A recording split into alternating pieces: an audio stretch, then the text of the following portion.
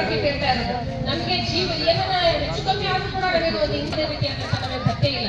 ಯಾಕೆ ಆಶಾ ಕಾರ್ಯಕರ್ತೆ ಏನು ಕೆಲಸನೇ ಮಾಡೋದಿಲ್ಲ. ಹಳ್ಳಿಗಳಲ್ಲಿ ಆಶಾ ಕಾರ್ಯಕರ್ತೆ ಇಲ್ಲ ಅಂದ್ರೆ ಹೆರಿಗೆನೇ ಆಗಲ್ಲ. ಮನೆ ತೆರಿಗೆ ಆಗುತ್ತೆ, ಪಾಪು ಡೆಲಿವರಿ ಆದ್ರೆ ಅಲ್ಲಿ ಏನಾದ್ರು ಉಸಿರಾಡ ತೊಂದರೆ ಆಯ್ತು ಅಂದ್ರೆ ಬಾಣಂತಿ ಸಾಯ್ಬೋದು. ವೇತನವನ್ನು ಹೆಚ್ಚು ಮಾಡೋದಕ್ಕೆ ಈ ತರ ಮೀನಾಮೇಷ ಎಣಿಸ್ತಾ ಇದೆ ಅಂತ ಗೊತ್ತಿಲ್ಲ. ಆದ್ರೂ ನಾವು ಪ್ರತಿ ಸತಿನೂ ನಾವು ಕೇಳ್ತಾನೆ ಇದ್ದೀವಿ. ನಮ್ಮ ಬೇಡಿಕೆನ ಈಗ 10,000 ರೂಪಾಯಿ ವೇತನ ಕೊಡ್ತೀವಿ ಅಂತ ಹೇಳಿದ್ರು. ಏಪ್ರಿಲ್ಗೆ ಎಲ್ಲ ಫಿಕ್ಸ್ ಮಾಡ್ತೀವಿ ಅಂತ ಹೇಳಿ ಕೊಟ್ಟು ಮಾತಂತೆ ನಡ್ಕೊಂಡಿಲ್ಲ ಸರ್ಕಾರ. ಸರ್ಕಾರಕ್ಕೆ ಕೇಳ್ತಾ ಇದೀವಿ ನಾವು. ಪ್ರತಿ ಕೈಯಿಂದ ಕೊಡಿ ಅಂತ ನಾವು ಕೇಳ್ತಾ ಇಲ್ಲ. ನಾವು ಸರ್ಕಾರಕ್ಕೋಸ್ಕರ ದುಡಿತಾ ಇದೀವಿ. ನಾವು ಸರ್ಕಾರದಿಂದ ಕೇಳ್ತಾ ಇದೀವಿ ಅಂತ ಕೇಳ್ಕೊತೀವಿ.